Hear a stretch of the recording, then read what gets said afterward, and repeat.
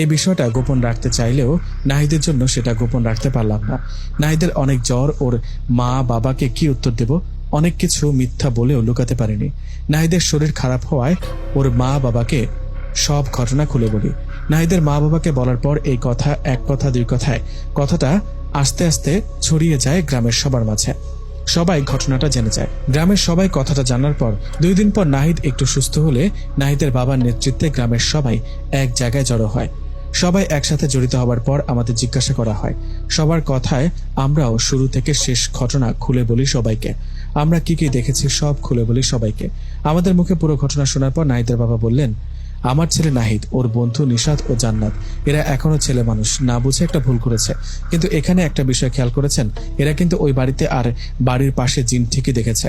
আমরা বাপদাদার যুগ থেকে শুনে আসছি ওই বাড়িতে আর পুকুরে জিন থাকে। অনেকে সেটা দেখেছে, অনেকে দেখেনি। অনেকে ওই পথ দিয়ে সন্ধ্যার পরে আসলে ভয় পেত, এখনো পায়। এভাবে আর কতদিন চলবে বলেন? আমরা এটা আর হতে দিব না। ওই ভূতের বাড়ির জন্য আমরা ঠিক মতো রাত করে কোথাও থেকে ফিরতে পারি না। আমরা কোনো কবিরাজকে ডেকে এনে ওই বাড়িতে থাকা জিনকে বন্দি করে বাড়িটা ভেঙে ফেলবো, সাথে পুকুরটা ভরাট করে ফেলবো। নাহিদের বাবার কথায় গ্রামের সবাই মত দিলেন। আরো অনেকে বলতে লাগলেন, ঠিক বলেছেন, আমরা ওই বাড়িটার জন্য ওই দিক দিয়ে ভয়ে রাত করে ফিরতে পারি না। আমরা কালকে একজন কবিরাজ নিয়ে আসবো। আমাদের পাশের গ্রামের জালাল কবিরাজ আছে না, ওকে নিয়ে আসবো। ও অনেক ভালো কবিরাজ। যেই কথা সেই কাজ। গ্রামের সবার অনুমতিতে পরের দিন কবিরাজকে নিয়ে আসা হয়। কবিরাজ আমাদের গ্রামে এসে সবাইকে সাথে নিয়ে চলে যায় সেই ভুতুরে বাড়ির কাছে। সেখানে গিয়ে কবিরাজ রুকিয়া করে সেখানে থাকা জিন দুটোকে হাজির করে। জিন দুটো হাজির হয়ে কবিরাজকে বলেন, কবিরাজ, আমাদের হাজির করা হলো কেন?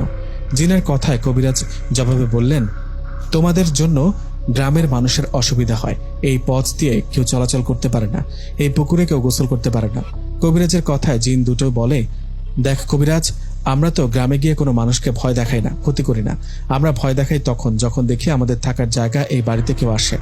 আমরা 2 ভাই ও আমাদের মা বাবা, আমরা অনেক বছর ধরে এখানে থাকি। কবিরাজ বলল, এতদিন থেকেছ, এখন আর থাকা হবে না, এই জায়গা ছেড়ে চলে যেতে হবে। কবিরাজের কথায় জিন দুটো বলল, কবিরাজ, বেশি সাহস দেখাবি না। এই জায়গায় আমার পূর্বপুরুষেরা থাকতো, আমার বাপদাদারাও থাকে এখানে, সে সূত্রে আমরা থাকি।